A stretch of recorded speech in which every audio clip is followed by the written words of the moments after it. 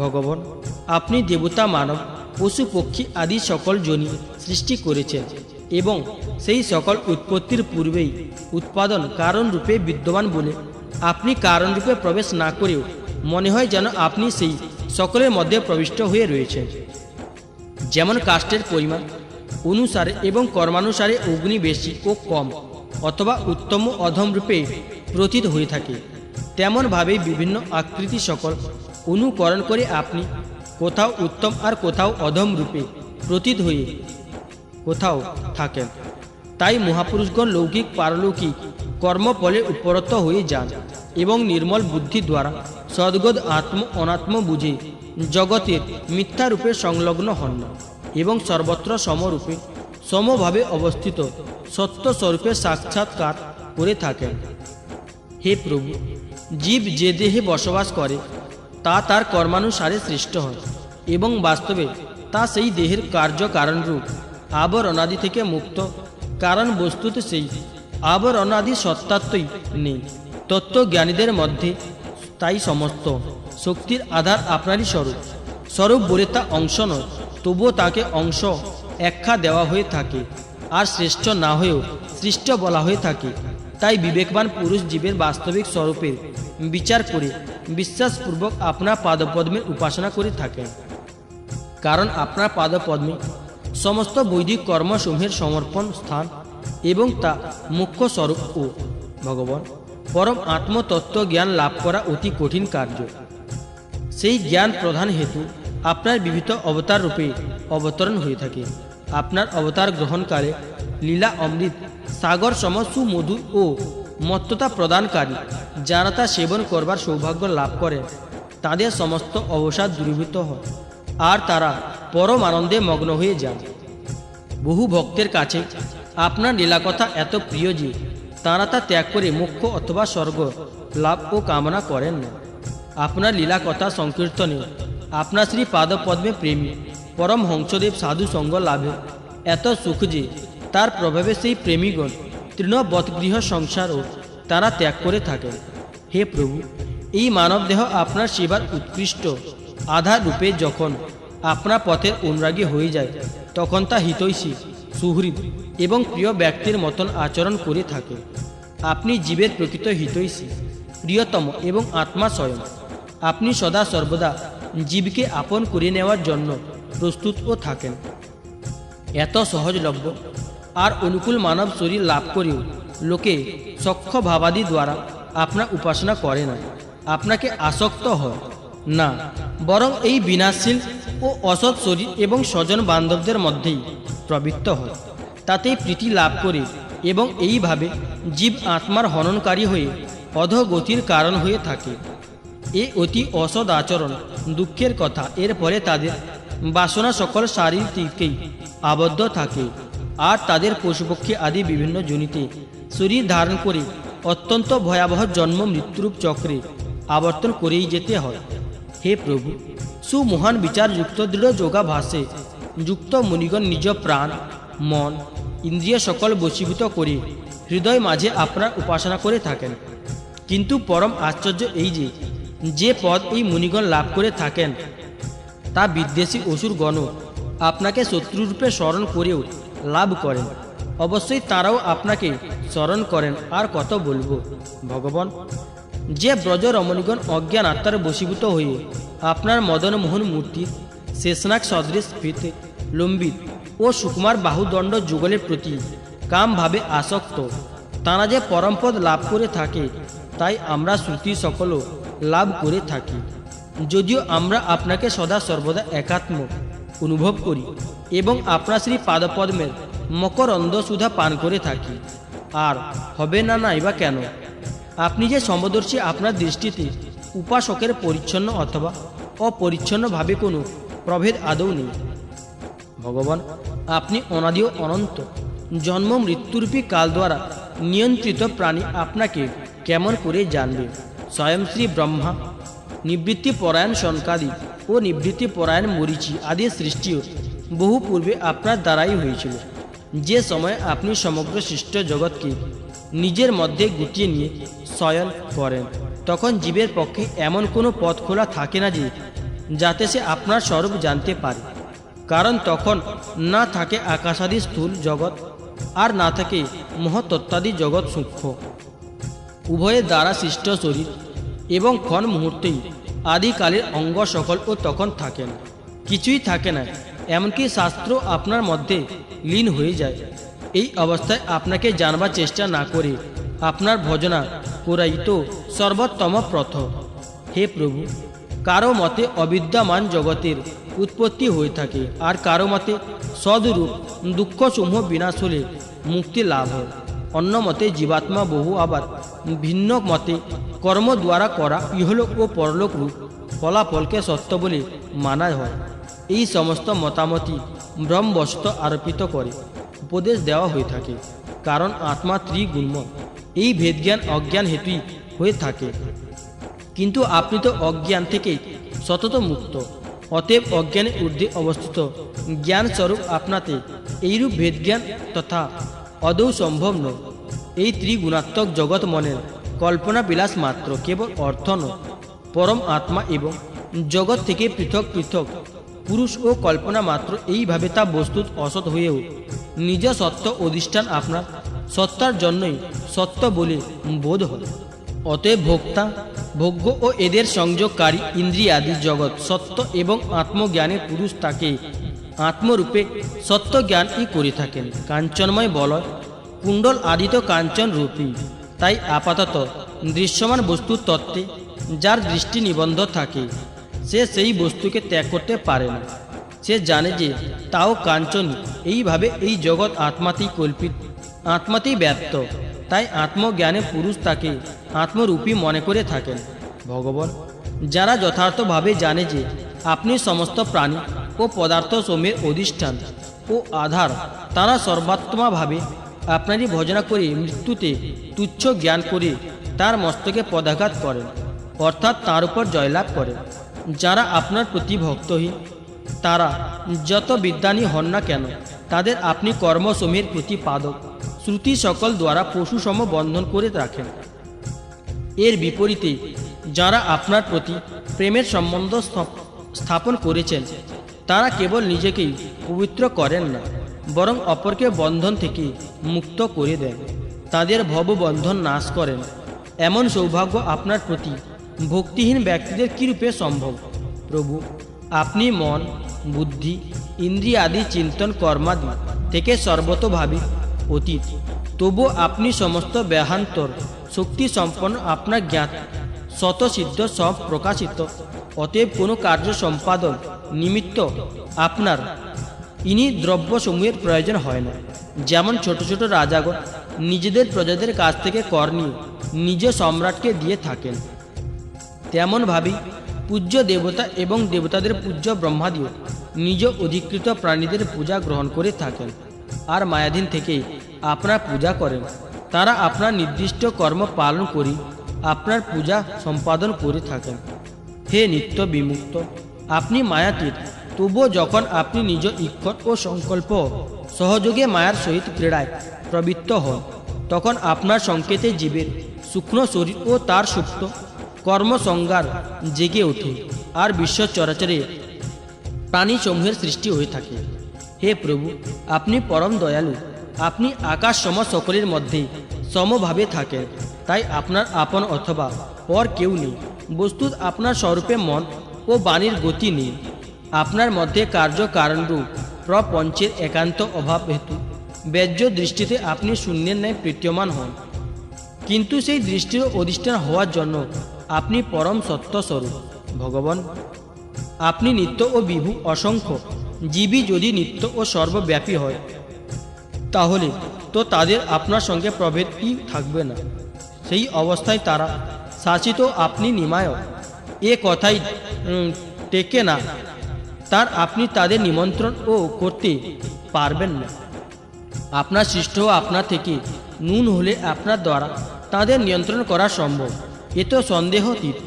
যে সকল জীবের মধ্যে সামঞ্জস্য অথবা ভিন্নতা আপনার থেকে লাভ হয়, তাই আপনি কারণ রূপে তাদের মধ্যে অবস্থান করেও তাদের নিমায়ক, কিন্তু আপনার স্বরূপের জ্ঞান লাভ করা অতি কঠিন। যারা ভাবেন আমরা স্বরূপ জেনেছি, বস্তুত তারা জানতে পারেননি তারা তো কেবল নিজ বুদ্ধির বিষয়কে জানতে পেরেছেন, যা আপনাকে স্পর্শ ও করতে সক্ষম নয়। এবং মতি দ্বারা যত বস্তু জানা যায় তা মতির বৈচিত্র্য হেতু ভিন্ন ভিন্ন হয়ে থাকে, তাই তাদের চাতুরীয় মতের মধ্যে বিরোধ দেখা যায়। অতএব আপনার স্বরূপ সকল মতের ঊর্ধ্বে। হে স্বামী, জীব আপনা থেকে উৎপন্ন তার অর্থ এই নয় যে আপনি পরিমাণ স্বরূপ জীবে পরিণত হন। বাস্তবে প্রকৃতি ও পুরুষ উভয়ই অনাদি অর্থাৎ জন্মরহিত। তাদের যথার্থ স্বরূপ আপনি স্বয়ং, যা কখনো চিত্তবৃত্তির অন্তর্গত হয় না, অর্থাৎ সৃষ্ট হয় না। তাহলে প্রাণীসমূহের জন্ম কেমন করে হয়ে থাকে? উভয় প্রকৃতি ও পুরুষ এই দুই এর সংযোগে জল বুদ্বম্বের ন্যায়, অর্থাৎ জল ও বায়ুর মিলনে যেরূপ বুদুবুদ উৎপন্ন হয়, সেই রূপে প্রাণী সকলের সৃষ্টি হয়ে থাকে। প্রকৃতিতে পুরুষের এবং পুরুষের প্রকৃতিতে অধ্যাস, একের মধ্যে অন্যের অবস্থান হওয়ার জীবের বিবিধ নাম ও গুণ কল্পিত হয়ে থাকে। অতএব জীবের পার্থক্য আর তার পৃথক অস্তিত্ব আপনি দ্বারাই নিয়ন্ত্রিত হয়ে থাকে। এই অজ্ঞানের হেতু হল উভয়েরই পৃথক স্বতন্ত্র ও সর্বব্যাপকতা আদির যথার্থ বোধ না থাকা। ভগবান, জীব আপনার মায়ার দ্বারা পরিচালিত হয় আর নিজেই নিজেকে আপনা থেকে এক পৃথক সত্তা জ্ঞান করে জন্ম মৃত্যু চক্রে পতিত হয়। কিন্তু বুদ্ধিমান ব্যক্তি এই ভ্রমের দ্বারা পরিচালিত না হয়ে ভক্তি ও শ্রদ্ধায় আপনার শরণাগত হয়। কারণ জন্ম মৃত্যু চক্র থেকে মুক্তিদাতা তো আপনি। যদিও শীত, গ্রীষ্ম এবং বর্ষা এই তিনটি বিভাগ আপনার ভ্রু বিলাস মাত্র, তবুও সকলের এই দ্বারা ভীতি সন্ত্রস্ত, অর্থাৎ যারা আপনার শরণাগত নয় তারা আপনার এই কালচক্রের দ্বারা পুনঃ পুনঃ ভীত হয়ে, কিন্তু যারা আপনার শরণাগত ভক্ত তাদের জন্ম মৃত্যুর ভয়ের কোনো কারণ থাকে না। হে জন্মরহিত প্রভু, যে যোগীগণ ইন্দ্রিয় ও প্রাণ বশীভূত করতে সক্ষম হয়েছেন, তারাও যখন শ্রী গুরুদেবের পাদপদ্মে শরণাগত না হয়ে উচ্ছৃঙ্খল ও অতি চঞ্চল মদমত্তকারীসম মনকে বশীভূত করবার প্রয়াসে যুক্ত হন, তখন তারা কৃতকার্য হন না। তাদের বারে বারে অসাফল্যের এবং শত শত বিপদের সম্মুখীন হতে হয়, আর পরিশ্রমে তারা দুঃখই পেয়ে থাকে।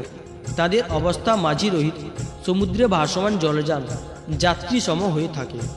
তাৎপর্য, এই মনকে বশীভূত ইচ্ছুক ব্যক্তির জন্য উপযুক্ত গুরু তথা অবশ্য ভগবান। আপনি অখণ্ড আনন্দ স্বরূপ ও শরণাগতের আত্মা।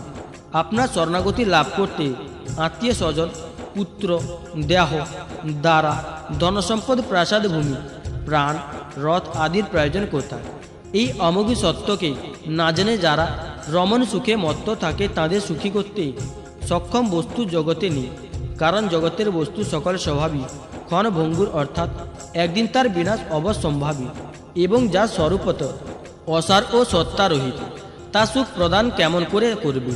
ভগবান, ঐশ্বর্য, ধনসম্পদ, বিদ্যা, জাতি, তপস্যাদি অহংকার বিমুক্ত সেই সাধু মহাত্মাগণই এই জগতে পরম পবিত্র এবং সকলকে পবিত্রতা প্রদানকারী যথার্থ তীর্থস্থান। কারণ তাদের হৃদয়ে আপনার শ্রী পাদপদ্ম নিত্য বিরাজমান থাকে। তাই সেই সাধু মহাত্মাদের চরণামৃত সমস্ত পাপ ও সন্তাপকে চিরতরে বিনষ্ট করি। প্রভু, আপনি নিত্য আনন্দ স্বরূপ আত্মা। যারা আপনাকে মন সমর্পণ করি, অর্থাৎ আপনাতে মন নিত্যযুক্ত করি, তারা বিবেক, বৈরাগ্য, ধৈর্য, ক্ষমা এবং শান্তি গুণ সকল বিনাশক দেহ গেহ বন্ধনে কখনো আবদ্ধ হয় না। এই বন্ধন জীবের হয়ে থাকে, কিন্তু তারা কেবল আপনাতেই রকম রমণ করি তৃপ্ত থাকেন। ভগবান, যেমন মৃত্তিকা নির্মিত ঘট বাস্তবে হল মৃত্তিকা, যেমনভাবে সৎ নির্মিত জগৎ ও সৎ, এই কথা যুক্তি বিরুদ্ধ। কেননা করণ এবং কার্যে নির্দেশই তার বিভেদের দত্ত। যদি কেবল বিভেদ নিষেধ হেতু এইরূপ বলা হয়ে থাকে, তাহলে তো পিতা ও পুত্রের দণ্ড লাঠি এবং ঘটের নাশে কার্য কারণ ভাব বর্তমান হলেও তা পরস্পর ভিন্ন। এই রূপে কার্য কারণের একত্ব সর্বত্র দেখা যায় না। যদি কারণ রূপে নিমিত্ত কারণ না ধরে কেবল উৎপাদান কারণ ধরা হয়, যেমন কুণ্ডলের কাঞ্চন, তা হলেও কোথাও কোথাও কার্যের অযথার্য প্রমাণিত হয়ে যায়।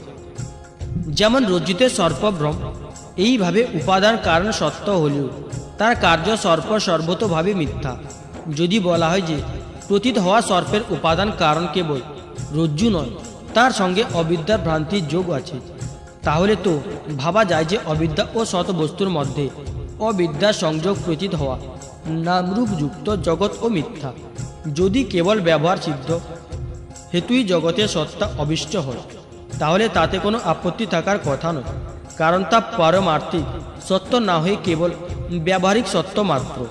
এই ভ্রম ব্যবহারিক জগতের স্বীকৃতকালে দৃষ্টিতে অনাদি এবং অজ্ঞান ব্যক্তিগণ বিচার না করে পূর্বের ভ্রমের প্রভাবে অন্ধবিশ্বাসে তা মেনে আসছেন।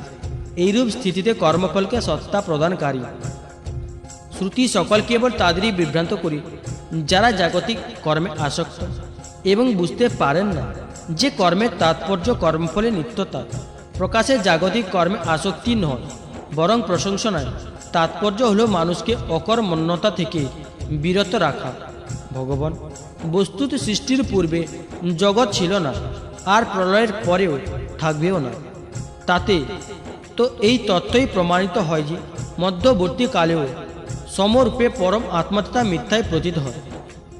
তাই শ্রুতি সকলের মাধ্যমে এই জগতের বর্ণনা এমন উপমা সহকারে করা হয়, যেমন মৃত্তিকায় ঘট, লৌহে শস্ত্র এবং কাঞ্চনে কুণ্ডল আদি নাম মাত্র, বস্তুততা মৃত্তিকা, লৌহ ও কাঞ্চনী তেমনভাবেই পরম আত্মার মাধ্যমে বর্ণিত জগৎ ই নাম মাত্রই, সর্বতোভাবে মিথ্যা ও মনের কল্পনা বিলাস মাত্র। অল্প ব্যক্তিগণই একে সত্য বলে মনে করে।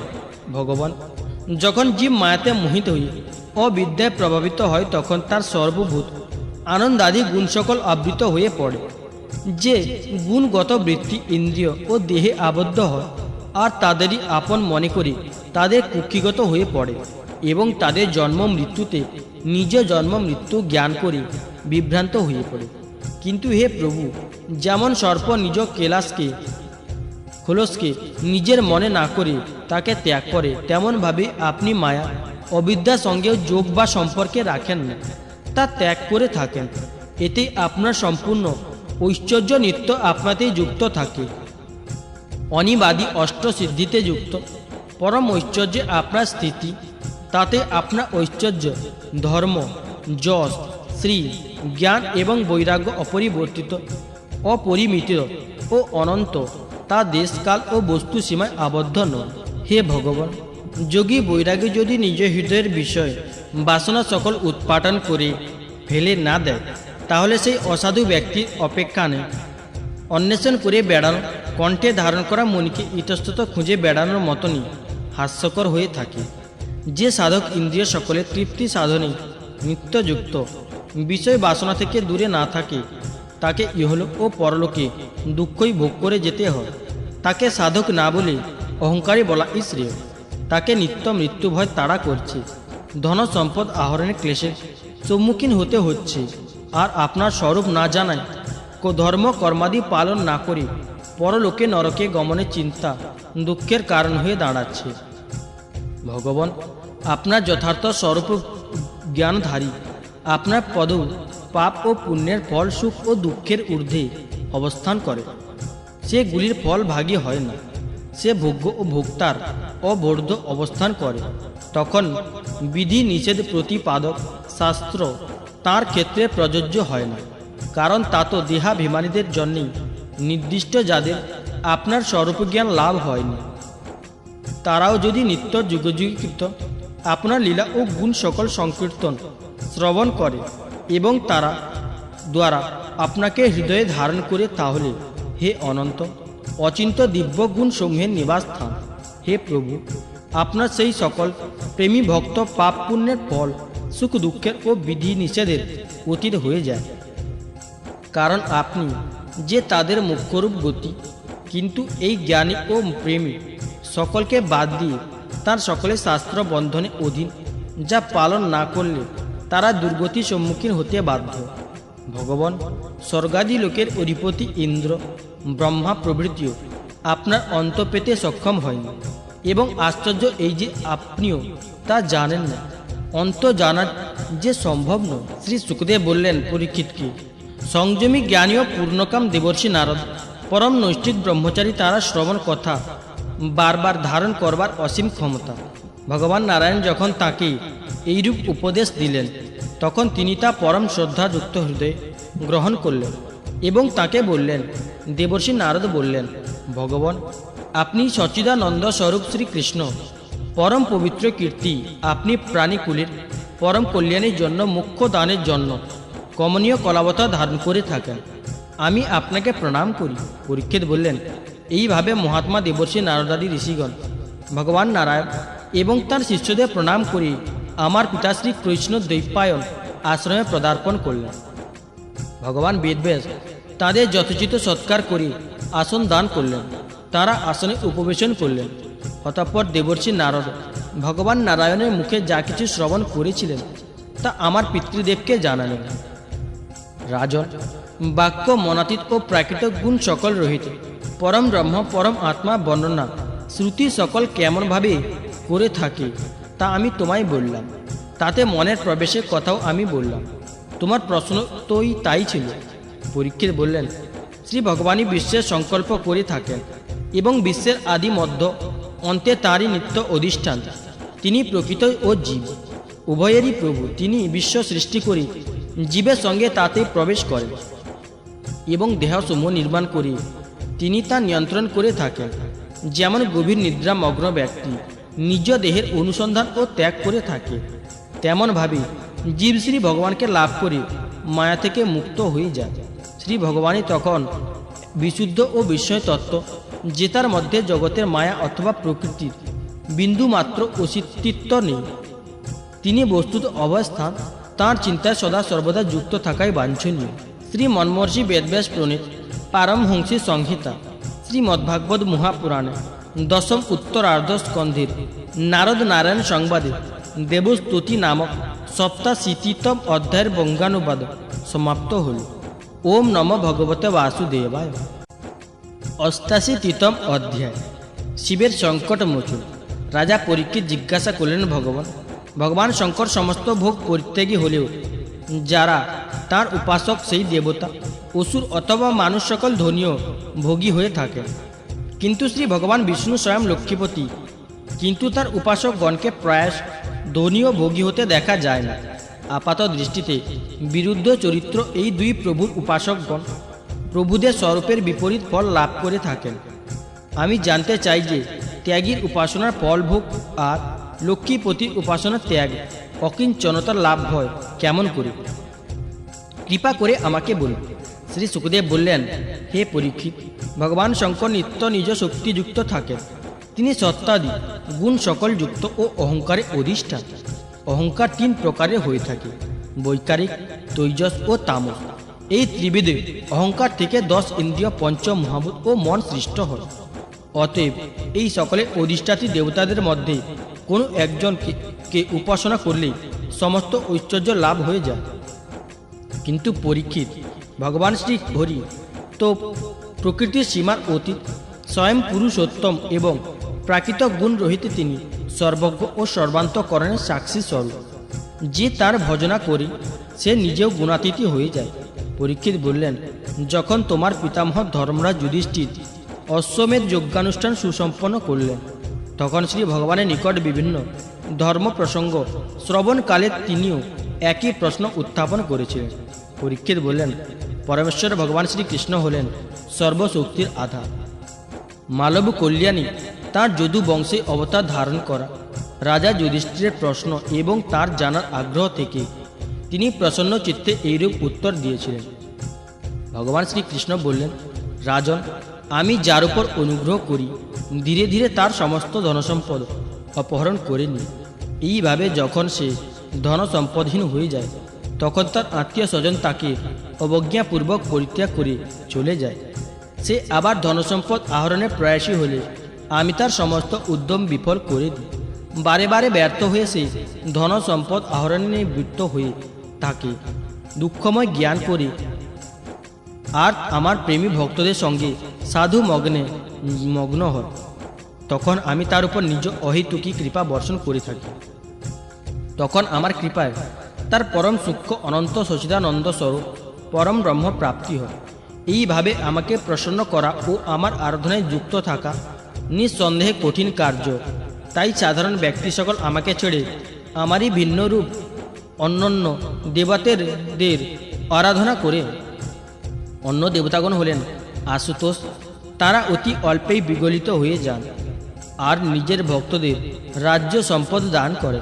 তা লাভ করে তারা উচ্ছৃঙ্খল প্রমোদযুক্ত ও উন্মুক্ত হয়ে ওঠে আর নিজ বরদাতা দেবতাদের বিস্মরণ করে, এমনকি তাদের তিরস্কারও করে বসে। শ্রী সুখদেব বললেন পরীক্ষিতকে, ব্রহ্মা, বিষ্ণু এবং মহেশ্বর এই তিনজনে অভিশাপ এবং বর প্রদানে সক্ষম, কিন্তু তাদের মধ্যে ব্রহ্মা ও মহেশ্বর অল্পেই তুষ্ট তা বা অসন্তুষ্ট হয়ে থাকেন আর বর অথবা অভিশাপ প্রদান করে থাকেন, কিন্তু বিষ্ণু ভগবান তেমন নয়। এই প্রসঙ্গে মহাত্মাগণ এক প্রাচীন ইতিহাস বিবৃত করে থাকেন। একবার ভগবান শঙ্কর বৃকাসুরকে বর দিয়ে সংকটের সম্মুখীন হয়েছিলেন। পরীক্ষিত বললেন, বিকৃত বুদ্ধি বৃকাসুর অসুর শকুনির পুত্র ছিল। কোনো স্থানে গমনকালে দেবর্ষি নারদের সঙ্গে সাক্ষাৎ হওয়ার সময় সে তাকে জিজ্ঞাসা করেছিল যে ব্রহ্মা, বিষ্ণু, মহেশ্বরের মধ্যে কে শীঘ্র তুষ্ট হন। পরীক্ষিত বললেন, দেবর্ষি নারদ তাকে বলেছিলেন ভগবান শঙ্করের আরাধনা করতে, কারণ তিনি অল্পতেই তুষ্ট ও অল্প অপরাধে অসন্তুষ্ট হয়ে থাকে। তাকে আরাধনা করলে সত্তর মনোরথ সিদ্ধি হয়ে থাকে। রাবণ এবং বানাসুর কেবল বন্দী জনসমশ্রী শঙ্করে কিছু স্তবস্তুতি করলেন, তাতে তিনি প্রসন্ন হয়ে তাদের অতুলনীয় ঐশ্বর্য প্রদান করেছিলেন। পরে অবশ্য রাবণের কৈলাস উৎপাটন ও বানাসুরের নগর রক্ষার দায়িত্ব তাকে সংকটে ফেলেছিল। শ্রী নারদের উপদেশে বৃকাসুর কেদার ক্ষেত্রে গিয়ে অগ্নিকে ভগবান শঙ্করের মুখ জ্ঞান করে নিজ দেহের মাংসখণ্ডের আহুতি দান করে ভগবান আশুতোষের আরাধনায় যুক্ত হল। এইভাবে 6 দিন অতিক্রান্ত হল, কিন্তু ভগবান শঙ্করের দর্শন লাভ হল না। এই ঘটনা তাকে চিহ্নিত করে তুলল। 7ম দিবসে সে কেদার তীর্থে স্নান করে নিজ সিক্ত কেশযুক্ত মস্তক খড়গ দ্বারা ছেদন করে আহুতি দিতে প্রস্তুত হলেন। পরীক্ষিত বললেন, শোকার্ত চিত্তে কেউ কোনো চেষ্টা করলে দয়া পরবশ হয়ে আমরা তাকে করুণা সহকারে রক্ষা করবার প্রয়াস করে থাকি। পরম দয়াল ভগবান শঙ্কর বৃকাসুরকে আত্মহনন করা থেকে বিরত করলেন। তিনি অগ্নিকুণ্ড থেকে অগ্নিদেবসম আবির্ভূত হয়ে 2 হস্তে তার উদ্যত খড়গ ধরে নিয়ে তাকে রক্ষা করলেন। তার স্পর্শ পাওয়ার সঙ্গে সঙ্গে বৃকাসুর পুনরায় পূর্ণ আকৃতি লাভ করল। ভগবান শঙ্কর তখন বৃকাসুরকে বললেন, প্রিয় বৃকাসুর, এইবার বিরত হও, আর যজ্ঞের প্রয়োজন নেই। আমি তোমাকে বরদান করতে প্রস্তুত। তুমি তোমার ইচ্ছানুসার বর চাও, যাচনা করে না। হে বৎস, আমি তো শরণাগত ভক্তদের প্রদৌ জল মাত্রই প্রসন্ন হয়ে থাকি। তুমি অনর্থক দেহকে পীড়িত করছো। পরীক্ষিত বললেন, অতি পাপিষ্ঠ বৃকাসুর মহাদেবের কাছে জগতের প্রাণদের পক্ষে ভয়ানক ভীতিপ্রদ এক বর প্রার্থনা করল। সে চাইল কারো মস্তকে হস্ত রাখলে যেন তার মৃত্যু হয়। পরীক্ষিত বললেন, এই যাচনা ভগবান রুদ্রকে প্রথমে দুর্মনা করল, তারপর তিনি হেসে তথাস্তু বলে দিলেন। এইরূপ বরদান করে তিনি যেন সর্পকে অমৃত প্রদান করলেন। ভগবান শঙ্কর যখন এইরূপ বর দিলেন, তখন বৃকাসুরের মধ্যে শ্রী পার্বতীকে পাওয়ার লালসা জাগল। সেই অসুর তখন শ্রী শঙ্করের বরকে পরীক্ষা করবার নিমিত্ত তারই মস্তকে নিজ হস্ত স্থাপন করতে উদ্যত হল। নিজ প্রদৌরব্যেরে এইবার স্বয়ং শ্রী শঙ্কর ভীত হয়ে বললেন। অসুর তার পশ্চাৎধাবন করল, আর ভগবান শ্রী শঙ্কর ভীত সন্ত্রস্ত কম্পিত হয়ে পলায়ন করতে লাগলেন। তারা স্বর্গ, পৃথিবী এবং দিকসমূহের অন্ত পর্যন্ত দৌড়ে বেড়াতে লাগলেন। বৃকাসুর তখনও তার পশ্চাৎধাবন করছে দেখে তিনি উত্তর দিকে এগিয়ে গেলেন। সমস্যার সমাধান অজানা থাকায় বড় বড় দেবতাগণ সাহায্য করতে এগিয়ে এলেন না। অবশেষে ভগবান শঙ্কর প্রাকৃতিক অন্ধকারবিহীন দীপ্তিময় বৈকুণ্ঠ রেখে উপনীত হলেন। বৈকুণ্ঠ স্বয়ং শ্রী নারায়ণের নিবাসস্থান। তিনি জ্যোতিজনের একমাত্র গতি এবং জগৎকে অভয়দান করিয়ে শান্তভাবে স্থিত রয়েছেন। একবার বৈকুণ্ঠে গমন করলে জীবকে পুনরায় ফিরে আসতে হয় না। ভক্ত ভয় নিবারণকারী শ্রী ভগবান দেখলেন যে ভগবান শঙ্কর অতি সংকটের সম্মুখীন রয়েছেন। তখন তিনি যোগমায় আশ্রয় করে ব্রহ্মচারী রূপ ধারণ করে ধীরে ধীরে বৃকাসুরের দিকে এগিয়ে গেলেন। শ্রী ভগবান ব্রহ্মচারী বেশে মুঞ্জ মেখলা, কালো মৃগ চর্ম দণ্ড এবং রুদ্রাক্ষ মালা ধারণ করেছিলেন। তার অঙ্গে অঙ্গে ছিল প্রজ্বলিত অগ্নির দীপ্তি। তিনি হস্তে কুশ ধারণ করেছিলেন। বৃক্ষাসুরকে দেখেই শ্রী ভগবান বিনম্রভাবে মস্তক অবনত করে তাকে প্রণাম করলেন। ব্রহ্মচারী রূপধারী শ্রী ভগবান বললেন, হে শকুনি নন্দন শ্রী বৃক্ষাসুর, আপনাকে দেখে অত্যধিক পরিশ্রান্ত মনে হচ্ছে। আপনি নিশ্চয়ই বহুদূর থেকে এসেছেন। ক্ষণকাল বিশ্রাম করে নিন। দেখুন, এই দেহই সমস্ত সুখের আধার। এর দ্বারাই সমস্ত কামনা বাসনা পূর্তি হয়ে থাকে। এতে এত কষ্ট দেওয়া উচিত নয়। আপনি তো সর্বসমর্থ। আপনি এখন কি করতে ইচ্ছুক? যদি উচিত মনে করেন তাহলে আমাকে বলুন। এই জগতে পরামর্শের মাধ্যমেই তো বহু কার্য সহজভাবে সম্পন্ন হয়ে থাকে। শ্রী শুকদেব বললেন, হে পরীক্ষিত, শ্রী ভগবানের মুখ মায়া কথায় বৃক্ষাসুর সন্তুষ্ট হয়ে কিছুক্ষণ বিশ্রাম করে নিল। অতঃপর সে তপস্যা, বরলাভ ও ভগবান শ্রী শঙ্করের পশ্চাৎ ধবনের কথা সবিস্তারে বর্ণনা করলেন। শ্রী ভগবান বললেন, আরে এই কথা? কিন্তু জেনে রাখুন, আমরা আর তার কথার উপর বিশ্বাস রাখি না। আপনি তা জানেন না? সে তো দক্ষ প্রজাপতির অভিশাপে পিশাচ ভাবগ্রস্ত হয়েছে, আর এমন পেট পিশাচদের রাজা হয়ে বসে আছে। হে দানবরা, আপনি এত মহান হয়েও এইরূপ অবান্তর কথার উপর বিশ্বাস রাখেন। যদি এখনও আপনি তাকে জগৎগুরু জ্ঞান করে তার কথা বিশ্বাস করেন, তাহলে এখনই নিজের মাথার উপর হাত রেখে তার কথার সত্যতা নিজেই পরীক্ষা করে নিন। হে দানব শ্রেষ্ঠ, যদি কোনোভাবে শঙ্করের কথা অসত্য বলে প্রমাণ হয়ে যায়, তখন সেই মিথ্যাবাদীকে মেরে ফেলবেন, যাতে সে জীবনে আর কখনো মিথ্যা বলতে না পারে। পরীক্ষিত বললেন, শ্রী ভগবানের এই অদ্ভুত ও সুমিষ্ট কথা শুনে বৃক্ষাসুরের বিবেক বুদ্ধি হরণ হয়ে গেল। সে বুদ্ধিভ্রষ্ট ও বিমোহিত হয়ে নিজের মস্তকেই নিজে হস্ত স্থাপন করল। মস্তক ওপরে হস্ত স্থাপন মাত্রই বৃক্ষাসুরের মস্তক বিদীর্ণ হয়ে গেল, আর সে বজ্র হতাশম ভূতলে পতিত হল। তখন আকাশে বাতাসে কেবল দেবতাদের জয় জয়, নমো নমো, সাধু সাধু শব্দ শোনা যেতে লাগল। পাপিষ্ঠ বৃক্ষাসুরের মৃত্যুতে দেবগণ, ঋষিগণ, পিতৃগণ ও গন্ধর্বগণ অতি প্রসন্ন হয়ে পুষ্প বৃষ্টি করতে লাগলেন। আর ভগবান শঙ্কর সেই ভয়ানক সংকট থেকে মুক্তি লাভ করলেন। অতঃপর ভগবান পুরুষোত্তম ভয় মুক্ত শ্রী শঙ্করকে বললেন, হে দেবাদিদেব, এ অতি আনন্দের কথা যে এই দুষ্ট বৃক্ষাসুর নিজের পাপে বিনষ্ট হল। হে পরমেশ্বর, মহাপুরুষদের প্রতি অপরাধ করে কেউ কি আদৌ ভালো থাকতে পারে? আর স্বয়ং জগৎগুরু, হে বিশ্বেশ্বর, আপনার প্রতি অপরাধ করে তো কুশলে থাকা একেবারেই অসম্ভব। শ্রী ভগবানের শক্তি সাগর সম অনন্ত। তার শক্তি সকল বাক্য ও মনের অগোচর। তিনি ত্রিগুণাত্মিকা প্রকৃতি অতীত পরম আত্মা স্বয়ং। তারই শিব সংকট মোচন লীলা শ্রবণ কীর্তনকারীকে সংসার বন্ধ ও শত্রু ভয় থেকে মুক্ত করে।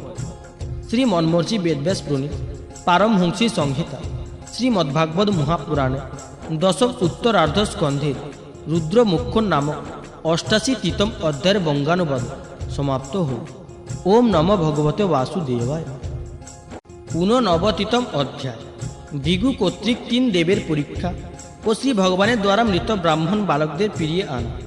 শ্রী শুকদেব বললেন পরীক্ষিতকে, একবার যজ্ঞ নিমিত্ত মহান মুনি ঋষিদের পরম পবিত্র নদী সরস্বতী তটে সমাগম হয়েছিল। ব্রহ্মা, বিষ্ণু ও মহেশ্বরের মধ্যে শ্রেষ্ঠ কে, এই প্রসঙ্গে তাদের মধ্যে বাদানুবাদ হয়েছিল। পরীক্ষিত বললেন, তারা তা জানবার নিমিত্ত ব্রহ্মার পুত্র শ্রী ভৃগুকে ব্রহ্মা, বিষ্ণু ও মহেশ্বরকে কাছে পাঠালেন। মহর্ষি ভৃগু পরীক্ষা করবার জন্য প্রথমে শ্রী ব্রহ্মার সভায় উপস্থিত হলেন। তিনি শ্রী ব্রহ্মার ধৈর্যাদি পরীক্ষা নিমিত্ত অভিবাদন স্তুতি কিছুই করলেন না। তাতে হলো যে শ্রী ব্রহ্মা নিজ তেজে সন্তপ্ত হল। তার চোখে মুখে ক্রোধের চিহ্ন দেখা গেল। কিন্তু যখন শ্রী ব্রহ্মা দেখলেন যে আগস্তক তার পুত্র ভৃগু, তখন চক্রোধে তিনি বিবেক বুদ্ধি দ্বারা প্রশমিত করলেন, যেভাবে অরণি মন্থনে সৃষ্ট অগ্নিজল সিঞ্চন নির্বাপিত হয়। অতঃপর মহর্ষি ভৃগু কৈলাসে গেলেন। দেবাদিদেব ভগবান শঙ্কর ভ্রাতা ভৃগুকে আসতে দেখে আনন্দে উঠে দাঁড়ালেন, আর তাকে আলিঙ্গন দান করবার জন্য বাহুদ্বয় প্রচারিত করলেন। কিন্তু মহর্ষি ভৃগু তা প্রত্যাখ্যান করে বললেন, তুমি লোক ও বেদ মর্যাদা লঙ্ঘনকারী, তাই আলিঙ্গনের অযোগ্য। শ্রী ভৃগুর কথা ভগবান শঙ্করকে ক্রোধান্বিত করল। তিনি রক্ষচক্ষু হয়ে ত্রিশূল তুলে মহর্ষি ভৃগুকে বধ করতে উদ্যত হল। কিন্তু তখন দেবী পার্বতী মহাদেবের শ্রীচরণে পতিত হয়ে বহু উন্নয় বিনয় সহকারে তাকে ক্রোধ প্রশমন করলেন। এইবার শ্রী ভৃগু ভগবান বিষ্ণু নিবাসস্থানে বৈকুণ্ঠে গমন করলেন। তখন ভগবান বিষ্ণু শ্রী লক্ষ্মী দেবীর ক্রোড়ে মস্তক রেখে শায়িত ছিলেন। শ্রী ভৃগু তার নিকটে গমন করে তার বক্ষস্থলে সজোরে পদাঘাত করলেন। ভক্ত বৎসল ভগবান বিষ্ণু শ্রী লক্ষ্মী দেবীর সঙ্গে উঠে বসলেন। অতঃপর তিনি শয্যা থেকে নেমে উঠলেন ও মস্তক অবনত করে মুনিকে প্রণাম নিবেদন করলেন। প্রণাম আনতে তিনি বললেন, ব্রহ্মণ, আপনি স্বাগত। এখানে এসে আপনি আমাকে কৃপা করলেন। এই আসনে উপবেশন করে কিঞ্চিত বিশ্রাম করে নিন। হে প্রভু, আপনার শুভাগমনের সংবাদ আমার জ্ঞাত ছিল না, তাই আমি আপনার অভ্যর্থনা করতে পারি না। আমার অপরাধ ক্ষমা করুন। আপনার শ্রী পাদপদ্ম অতিশয় কোমল। এইরূপ বলে শ্রী ভগবান মহামুনি শ্রী ভৃগুর পদসেবা করতে লাগলেন। তিনি আরও বললেন, হে মহর্ষি, আপনার পদোদক তীর্থ সকলকে পবিত্রতা প্রদান করে থাকে। আপনি সেই পাদোদক দ্বারা বৈকুণ্ঠ লোক আমাকেও আমার অন্তর্গত লোকপালদের পবিত্র করুন। তিনি আরও বললেন, ভগবান, আপনার শ্রী পাদপদ্মের স্পর্শ লাভ করে আমার সমস্ত পাপ বিধৌত হল। আজ আমি লক্ষ্মীর একান্ত আশ্রয় হয়ে গেলাম। আপনার চরণ চিহ্নিত আমার বক্ষস্থলে এখন লক্ষ্মী নিত্য নিবাস করবে। শ্রী সুখদেব বললেন, যখন শ্রী ভগবান সুকোমল বাণীতে এইরূপ বললেন, তখন শ্রী ভৃগু পরম সুখী ও পরিতৃপ্ত হল। তৃতীয় ভক্তি আবেগে গদগদ হয়ে তিনি সজল নয়ন হয়ে গেলেন ও মৌন হয়ে রইলেন। পরীক্ষিত বললেন, শ্রী ভৃগু তারপর সেই ব্রাহ্মণবাদী মুনিদের যজ্ঞস্থলে প্রত্যাগমন করলেন আর সকল ঘটনায় তাদের সবিস্তারে জানালেন। শ্রী ভৃগু বিবৃত ঘটনা সকল মুনি ঋষিদের বিষয়ে আন্বিত করল। তাদের সন্দেহ চিরতরে দূরীভূত হল। তাঁরা জানলেন যে সর্বশ্রেষ্ঠ ভগবান বিষ্ণুই কারণ, তা যে শান্তি আর অভয়ের উদ্গমন স্থল। ভগবান বিষ্ণু থেকে সাক্ষাৎ ধর্ম, জ্ঞান, বৈরাগ্য, অষ্ট ঐশ্বর্য এবং চিত্তশুদ্ধি প্রদায়ক যশ লাভ হয়ে থাকে। শান্ত, সমচিত্ত, অকিঞ্চন ও সকলকে অভয় প্রদানকারী সাধু মুনিদের তিনি একমাত্র গতি। এই কথা সকল শাস্ত্রেই কথিত আছে। সত্যগুণ তার পরম প্রিয়, সত্য তার প্রিয় মূর্তি, আর ব্রাহ্মণ হলেন তার ইষ্ট দেবতা। নিষ্কাম, শান্ত ও নিপুণ বুদ্ধি সাধুগণ তার ভজনা করেন। রাক্ষস, অসুর এবং দেবতা, এই তিন মূর্তি শ্রী ভগবানের গুণময়ী মায়া সৃষ্ট। তার মধ্যে সত্যগুণী দেবমূর্তি তাকে লাভ করবার উপর প্রকৃষ্ট হয়। সমস্ত পুরুষার্থ স্বয়ং তিনি। শ্রী সুখদেব বললেন পরীক্ষিতকে, মানব কুলের স্বয়ং নিবারণের জন্য ঋষিগণ এইরূপ দৃশ্যপট তৈরি করেছিলেন। তাদের নিজেদের জন্য কিছুই জানবার ছিল না, কেননা ভগবানের চরণ কমলে সেবা করে তারা ইতিমধ্যেই পরমপদ লাভ করেছিলেন।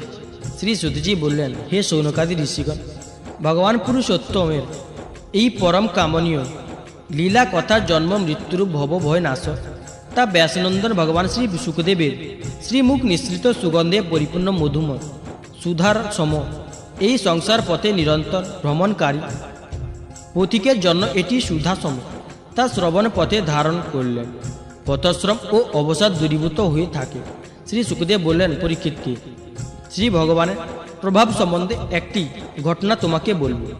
একবার দ্বারকাপুরীতে ব্রাহ্মণ পত্নী গর্ভ থেকে ভূমিষ্ঠ হতে একটি শিশু মৃত্যু পথে পতিত হয়।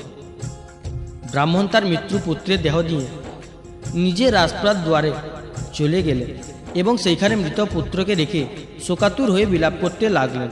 এতে সন্দেহ নেই যে ব্রাহ্মণ বিদেশী ধূর্ত, কৃপণ এবং বিজয়ী রাজার কর্মদোষে আমার পুত্রের মৃত্যু হয়েছে। যে রাজা হিংসাশ্রয়, দুশ্চরিত্র, অজিতেন্দ্রিয়, তাকে যে প্রজারা রাজা জ্ঞানে সেবা করে তারা দরিদ্র ও নিত্য দুঃখী হয়ে থাকে আর প্রতিনিয়ত সংকটের সম্মুখীন হয়ে থাকে। হে পরীক্ষিত, এইভাবে সেই ব্রাহ্মণ তার দ্বিতীয় ও তৃতীয় পুত্র ভূমিষ্ঠ হতেই মৃত্যু পথে পতিত হলে তাদের দেহ রাজদ্বারে রেখে গেলেন আর একই কথা বলে গেলেন। নবম বালকের মৃত্যু হলে যখন ব্রাহ্মণ আবার রাজদ্বারে এলেন, তখন ভগবান শ্রীকৃষ্ণ সমীপে অর্জুনও উপবিষ্ট ছিলেন। ব্রাহ্মণের কথা শুনে অর্জুন বললেন, ব্রাহ্মণ, আপনার নিবাসস্থান দ্বারকায় কি ধনুকধারী কোনো ক্ষত্রিয় নেই? মনে হচ্ছে যেন সকলেই যদুবংশীয় ব্রাহ্মণ হয়ে গেছেন আর প্রজা পালন কার্য ত্যাগ করে যজ্ঞ করবার জন্যই বসে আছেন। ক্ষত্রিয়গণ জীবিত থাকতে যে রাজ্যে প্রজাগণ ও ব্রাহ্মণগণ ধন সম্পদ, স্ত্রী পুত্র হারিয়ে দুঃখ ভোগ করে, সে রাজ্যের ক্ষত্রিয়গণ ক্ষত্রিয়ই নয়, ক্ষত্রিয় বেশে অন্নভোজী নট মাত্র, তাদের ক্ষত্রিয় জন্ম বিফল। তিনি সেই ব্রাহ্মণকে বললেন, হে ব্রাহ্মণ দেবতা, আমি বুঝতে পারছি যে আপনি পুত্রশোকে কাতর হয়ে পড়েছেন। আমি আপনার সন্তানকে রক্ষা করব। যদি আমি নিজ প্রতিজ্ঞা রক্ষা করতে না পারি, তাহলে অগ্নিকুণ্ডে ঝাঁপ দিয়ে পাপের প্রায়শ্চিত্ত করব।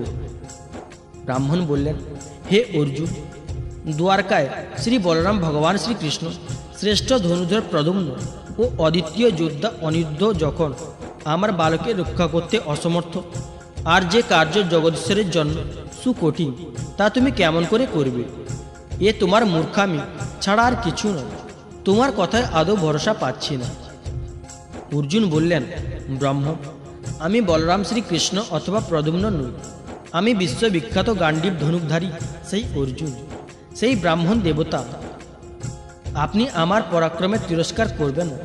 আপনি জানেন না, আমি তো নিজ পরাক্রমে ভগবান শঙ্করকেও সন্তুষ্ট করেছিলাম। ভগবান, আর কি বলবো, যুদ্ধে আমি সাক্ষাৎ মৃত্যুকেও পরাজিত করে আপনার সন্তানকে ফিরিয়ে আনব।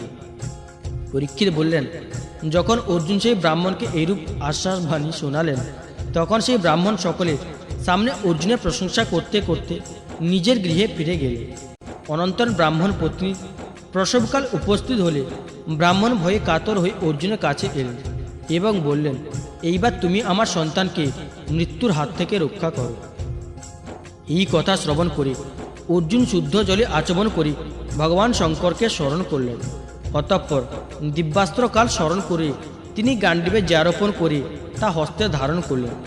অর্জুন মন্ত্রপুর অস্ত্রশস্ত্র দ্বারা স্বরবর্ষণ করে প্রসব গৃহকে চতুর্দিক থেকে ঘিরে ফেললেন। এইভাবে তিনি ঊর্ধ্ব, অর্ধ ও তির্যক সকল দিকে আবৃত করে সুতি কারাকে এক স্বর পিঞ্জরে পরিণত করলেন।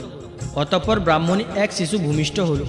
সে বারে বারে রোদন করেছিল, কিন্তু হঠাৎ শিশু সশরীরে আকাশপথে অন্তর্ধান হয়ে গেল।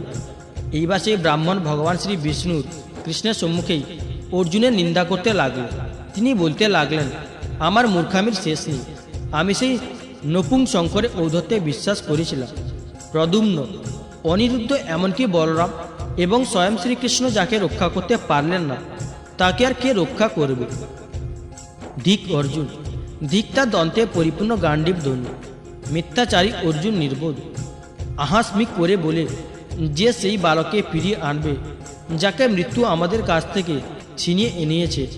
ব্রাহ্মণ যখন এইভাবে অর্জুনের নিন্দা করলেন, তৎক্ষণাৎ অর্জুন যোগ বলে ভগবান যমরাজকে নিবাসস্থান সংযমী পুরীতে উপস্থিত হলেন। সেখানে তিনি ব্রাহ্মণদের সন্তানদের দেখতে পেলেন না। অতঃপর তিনি শস্ত্র উত্তোলন করে ক্রমশ ইন্দ্র, অগ্নি, নির্হিত, চন্দ্র, বায়ু ও বরুণ সকলে পুরীতে, আতল আদি নির্মল লোকে ও মহর লোকাদি স্বর্গের ঊর্ধ্বলোকে গমন করলেন। সেই সকল স্থানেও অন্যান্য স্থানে অন্বেষণ করিয়া অর্জুন ব্রাহ্মণদের পুত্রদের পেলেন না। প্রতিজ্ঞা পালনে বিফল হয়ে এইবার তিনি অগ্নিতে প্রবেশ করতে উদ্যত হলেন। কিন্তু ভগবান শ্রীকৃষ্ণ তাকে এই কার্য থেকে বিরত করে বললেন, ভাই অর্জুন, তুমি নিজে নিজেকে শেষ করতে যেও না। আমি তোমাকে ব্রাহ্মণদের সকল পুত্রদের এখনই দেখিয়ে দিচ্ছি। আজ যারা তোমায় নিন্দায় মুখর, তারাই পরে অক্ষয় বিমল কীর্তি জয়গান করবে। সর্বশক্তিমান ভগবান শ্রীকৃষ্ণ অর্জুনকে এইরূপ বলে তার সঙ্গে নিজ দিব্যরথে আরোহণ করলেন আর পশ্চিম দিকে গমন করলেন। তিনি সপ্ত পর্বত বিশিষ্ট দ্বীপ, সপ্ত সমুদ্র এবং লোকালোক পর্বত অতিক্রম করে নিবিড় অন্ধকারে প্রবেশ করলেন। পরীক্ষিত বললেন, রথে অশ্ব, শৈব্য, সুগ্রীব, মেঘ, পুষ্প এবং বহালক নিবিড় অন্ধকারে পথভ্রষ্ট হয়ে ঘুরতে লাগল। অন্ধকারে তাদের কোনো কিছুই দেখবার উপায় ছিল না। তখন যজ্ঞেশ্বরের পরমেশ্বর ভগবান শ্রীকৃষ্ণ অশ্ব সকলের এই অবস্থা প্রত্যক্ষ করে সহস্র সহস্র সূর্যসম জ্যোতিষ্ময় তেজস্বী সুদর্শন চক্রকে পথ দেখিয়ে নিয়ে যেতে আদেশ করলেন। সুদর্শন চক্র নিজ জ্যোতির্ময় তেজে স্বয়ং শ্রী ভগবান সৃষ্ট সেই ভয়ঙ্কর ও দুর্গম অন্ধকারকে ভেদ করে এগিয়ে চলল। তখন মনে হচ্ছিল যেন ভগবান শ্রী রামের স্বর ধনুক ত্যাগ করে মনের তীব্র গতিতে রাক্ষস সৈন্যদের মধ্যে প্রবেশ করছে।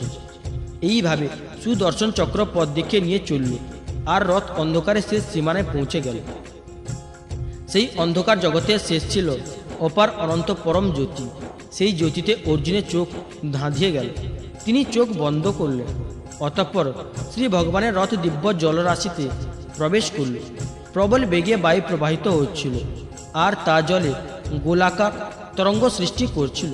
সেইখানে এক অতি সুন্দর ভবন দেখা যেতেছিল। দেদীপ্যমান সহস্র সহস্র মণিময় স্তম্ভের অপরূপ শোভার বিস্তার। স্থান ছিল উজ্জ্বল ও জ্যোতির্ময়। সেই ভবনে ভগবান শ্রী শেষ অনন্তনাগ ছিলেন। তার শরীর অতি ভয়ানক এবং অদ্ভুত ছিল। তার সহস্র মস্তক প্রতি ফনায় অবস্থিত মণিসমূহের দীপ্তিতে তা দীপ্তিমান ছিল। প্রতি ফনায় 2টি করে নেত্র ছিল, যা অতি ভয়ঙ্কর লাগছিল। তার সম্পূর্ণ দেহ ছিল কৈলাস সম ভয়ঙ্কর শ্বেত বর্ণ। তিনি ছিলেন নীলকণ্ঠ ও নীল জিহ্বা। পরীক্ষিত বললেন, অর্জুন দেখলেন যে অনন্ত নাগের সুখ সজ্জায় সর্বব্যাপী মহাপ্রভাবশালী পরম পুরুষোত্তম শ্রী ভগবান বিরাজমান রয়েছেন। তিনি নবনীরদ কান্তি শ্যামসুন্দর অঙ্গ, তার পরিধানে মনোহর পীতাম্বর, বদন মণ্ডলে প্রসন্নতার পরিব্যাপ্তি এবং মনোহর আতলয় লোচন, মহামূল্য মণিময় কিরীট ও কুণ্ডলের অলোকে তার সহস্র কুঞ্জিত অলোক দাগ দেদীপ্যমান। তার অষ্টবাহু মনোহর ও আজানুলম্বিত। তার কণ্ঠে কৌস্তবমণি, বক্ষস্থলে শ্রী বৎস চিহ্ন। তিনি অজানুলম্বিত বনমালায় পরিশোভিত। অর্জুন শ্রী ভগবানের নন্দ সুনন্দাদি পার্শ্বদগণ, সুদর্শন চক্র আদি মূর্তিমান অস্ত্র শস্ত্র সকল, মূর্তিমতি শক্তি চতুষ্ঠ, পুষ্টি কীর্তি শ্রী ও অজা এবং সম্পূর্ণ ঋদ্ধি সমূহকে দেখতে পেলেন। তারা সকলে ব্রহ্মাদি লোকপালদের অধীশ্বর শ্রী ভগবানের সেবায় যুক্ত ছিলেন। পরীক্ষিত বললেন, ভগবান শ্রীকৃষ্ণ নিজ স্বরূপ শ্রী অনন্ত শ্রী ভগবানকে প্রণাম করলেন। অর্জুন তার দর্শন লাভ করে ভীত হয়ে পড়েছিলেন। শ্রীকৃষ্ণের প্রণামের পরে তিনিও তাকে প্রণাম নিবেদন করে কর জোড়ে দাঁড়িয়ে রইলেন। তখন ব্রহ্মাদি লোকপালদের প্রভু বিভুপুরুষ হাসতে হাসতে সুমধুর অথচ গম্ভীর স্বরে বললেন, হে শ্রীকৃষ্ণ, হে অর্জুন, আমি তোমাদের দর্শন করবার নিমিত্ত ব্রাহ্মণে বালকদের আমার কাছে আনিয়ে রেখেছিলাম। তোমরা আমার কলায় সামর্থ্যে পুষ্ট হয়ে পৃথিবীতে অবতার করেছ। ভূতার স্বরূপ অসুরদের বধ করে তোমরা তাড়াতাড়ি আমার কাছ থেকে ফিরে এসো। তোমরা দুইজন শ্রেষ্ঠ ঋষি, নর ও নারায়ণ। তোমরা পূর্ণকাম এবং সর্বশ্রেষ্ঠ হলেও জগতের স্থিতি আর লোকরক্ষার জন্য তোমাদের ধর্মাচরণ করা আবশ্যক। যখন পরমেশ্বর ভগবান বিভু শ্রীকৃষ্ণ ও অর্জুনকে এইরূপ আদেশ দিলেন, তখন তা শিরোধার্য করে তারা তাকে নমস্কার করলেন আর আনন্দ সহকারে ব্রাহ্মণদের পুত্রের সঙ্গে নিয়ে একই পথে দ্বারকা প্রত্যাগমন করলেন। ব্রাহ্মণের পুত্রগণ তাদের বয়স অনুসারে ছোট বড় ছিল, কিন্তু এখন তাদের রূপ ও আকৃতি যেন সদ্যজাত শিশুর মতো। ভগবান শ্রীকৃষ্ণ ও অর্জুন তাদের নিজ পিতার হস্তে অর্পণ করলেন। ভগবান বিষ্ণু পরমধাম প্রত্যক্ষ করে অর্জুনের আশ্চর্য সীমা রইল না। জীবের পরাক্রম সকল যে ভগবান শ্রীকৃষ্ণের অনুগ্রহেই হয়ে থাকে, তারই অনুভূতি লাভ হল। পরীক্ষিত বললেন, শ্রী ভগবানের এইরূপ আরও অনেক ঐশ্বর্য বীর্যপূর্ণ লীলাভিনয় হয়েছিল। অবশ্য লৌকিক দৃষ্টিতে তিনি এক সাধারণ ব্যক্তির সম জগতের বিষয়ভোগ করেছিলেন আর বড় বড় মহারাজাদের মতন বহু শ্রেষ্ঠ যজ্ঞ সম্পাদন করেছিলেন। ঠিক যেমন ইন্দ্র প্রজাদের কল্যাণে উপযুক্ত কালে বর্ষণ করে থাকেন, ভগবান শ্রীকৃষ্ণ ও আদর্শ মহাপুরুষ সম আচরণ করে ব্রাহ্মণ আদি সমস্ত প্রজাদের সকল কাম্য বস্তু প্রদান করেছিলেন। তিনি কিছু অধার্মিক রাজাদের স্বয়ং বধ করেছিলেন আর অন্যদের অর্জুন আদি দ্বারা বধ করিয়েছিলেন। এইভাবে ধর্মরাজ যুধিষ্ঠির আদি ধার্মিক রাজাদের সাহায্যে তিনি জগতে অনায়াসে ধর্ম মর্যাদা সংস্থাপন করেছিলেন। শ্রী মন্মর্ষি বেদব্যাস প্রণীত পারমহংসী সংহিতা শ্রীমদ্ভাগবত মহাপুরাণে দশম উত্তরার্ধ স্কন্ধে দ্বিজু কুমার আনয়ন নামক 89তম অধ্যায়ের বঙ্গানুবাদ সমাপ্ত হল। ওম নমঃ ভগবতে বাসুদেবায়।